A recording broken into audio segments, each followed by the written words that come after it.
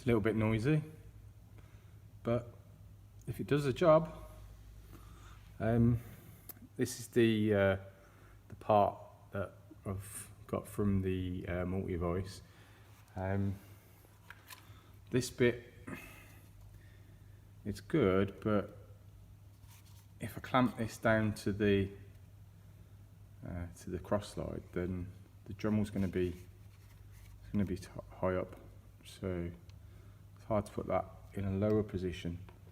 One of the things I noticed with this one and this one is I needed to prop them up like high, so I was trying to think, how can we bring the Dremel down so it's lower? So I'm thinking a piece that would fit into the T slot and allow that to be clamped, and then maybe taking whatever the thickness of this part is, taking that off the right angle attachment so it's actually screwed on a bit more. It might be something to do with the noise, it might not. I'll have to do the test again without this attached. And yeah, I mean, this could face, instead of it going this way, it could go that way, and that's just another way. And this isn't going to get in the way using this. So looks like now we could actually go, okay, so if this is a 5-inch rotor, then you know, that's going to be double. So this apparatus could actually balance potentially a 12-inch rotor, which for a Dremel is pretty good going, considering we started off, the original plan was to just be able to do these 28mm rotors, and now we've worked out how we could do 5-inch, and this being here, so that's not really got much movement that way, and then we've got all the way to the end of this bed. So yeah, you could balance a 10-12-inch rotor with a Dremel, and need to work out a proper fixing for this now. So I haven't got to support the back end of the Dremel with some blocks, but it's just a mock-up, just for visualization. So yeah, that's good news. Yeah, happy with that.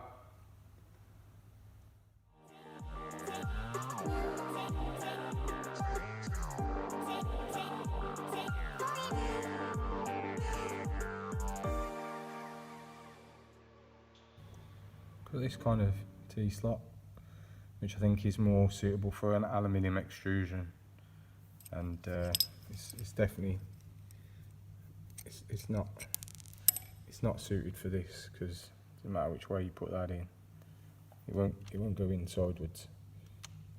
It will go in that way, but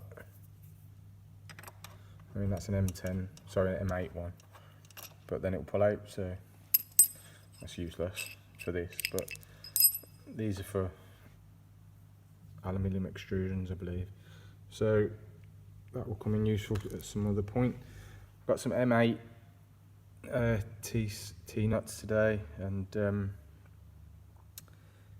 they don't fit here either, but without grinding some off the sides, so they will fit quite nice. It's fairly nice fit if it was to fit in the slot.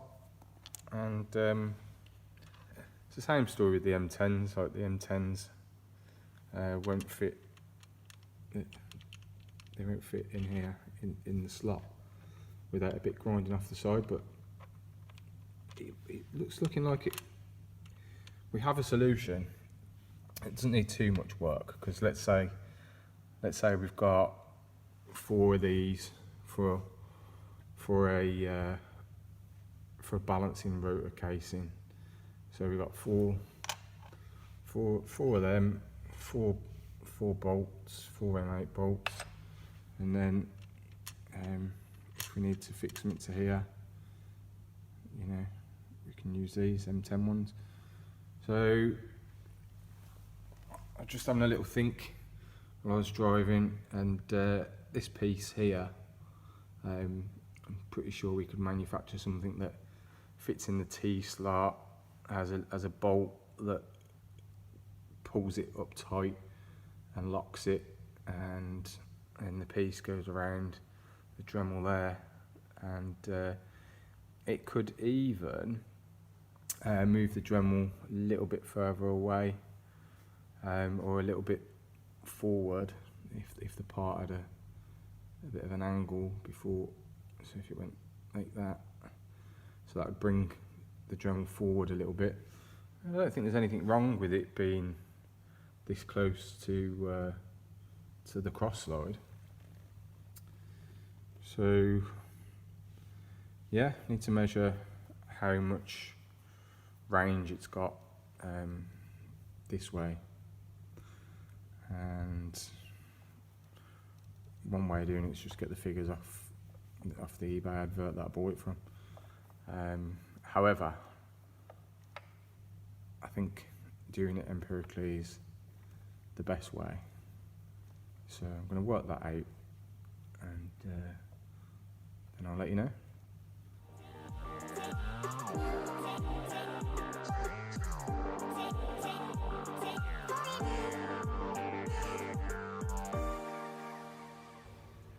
Okay, so we've tried to figure out what's the kind of furthest distance for rotor width we could do, and I've got the ruler at the start there, and it's about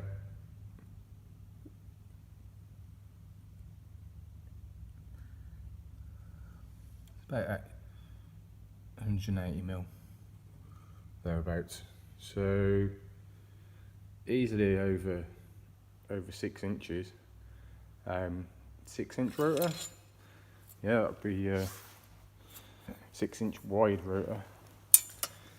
So the distance from there to the end there, so 35 and a half centimeters, plus that's just hanging out over a little bit, so we'll take off the 5 millimeters. So let's say 350 millimeters divided by 25.4, plus some for the casing. So a 10-inch rotor, easy. 12-inch rotor if the casing's right. But I mean, to be fair, the casing could hang over the edge of over this a little bit if it was slightly bigger, like a 14, 15, 16-inch rotor. But yeah, so it's not bad really, for considering all this stuff's off the shelf, that we could potentially grind a 5-inch wide rotor, and that was 12 inches in diameter. That's quite a big rotor really. So yeah, that's pretty cool that a Dremel could do that. I did manage to get a couple of these just to have a look, and that's a 2-inch grinding wheel, and yeah, it's too much weight for the Dremel. But there's a new patron called John, and his suggestion was to use a CNC spindle motor with a controller on eBay, a bit more than the Dremel, but as he pointed out, they've got the run out is going to be much better than the Dremel, and he's speaking from experience because he actually uses a Dremel for tool post grinding, so tried and tested, he knows that the run out on the Dremel isn't great. And yeah, these would be something that could be used quite well on a off-the-shelf CNC spindle motor. And as he also pointed out, it's got a ER16 collet size, so with these spindle motors, A, you get speed control, B, they're a bit more robust and would easily be able to bolt to the cross slide. Yeah, so with the motor sticking out that way and one of these on, yeah, that would give you quite a bit of reach. I'm not sure if there's any bigger grinding wheels with a shank like that, or whether they all go to ones that have got a bore. So yeah, a bit more investigation into that, but I think for now the next protocol will be to design a part that will utilise the T-slot and the Dremel in this fashion. You could do it if you wanted to go this far in. We're literally maximising the cross slide here, so if you wanted to come this far in, then the Dremel's going to need a little bit more height because it's starting to collide with the actual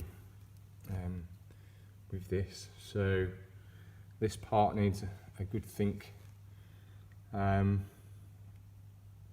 Yeah, so that's it for today on the balancing machine, and I'll give you an update when we've got a bit further ahead.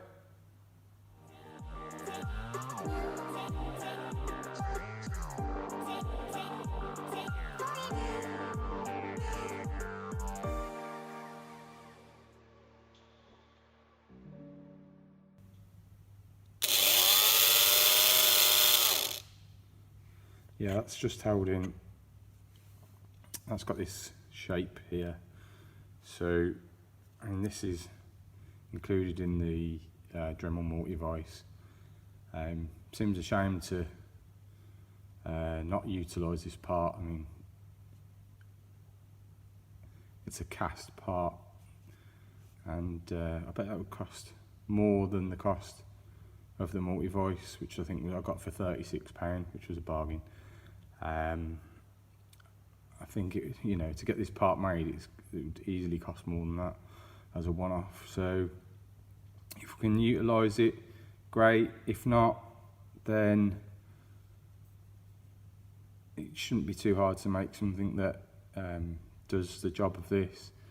And what that is yet, we've still got to figure out. But it fits in that. It fits in that T slot, sort of. But I can imagine something else that's machined with this ring that's specifically going to fit into the T slot would actually be better. So I don't know. We'll have to work it out, see how much a part is, and see what the design is going to look like. Just keep it simple.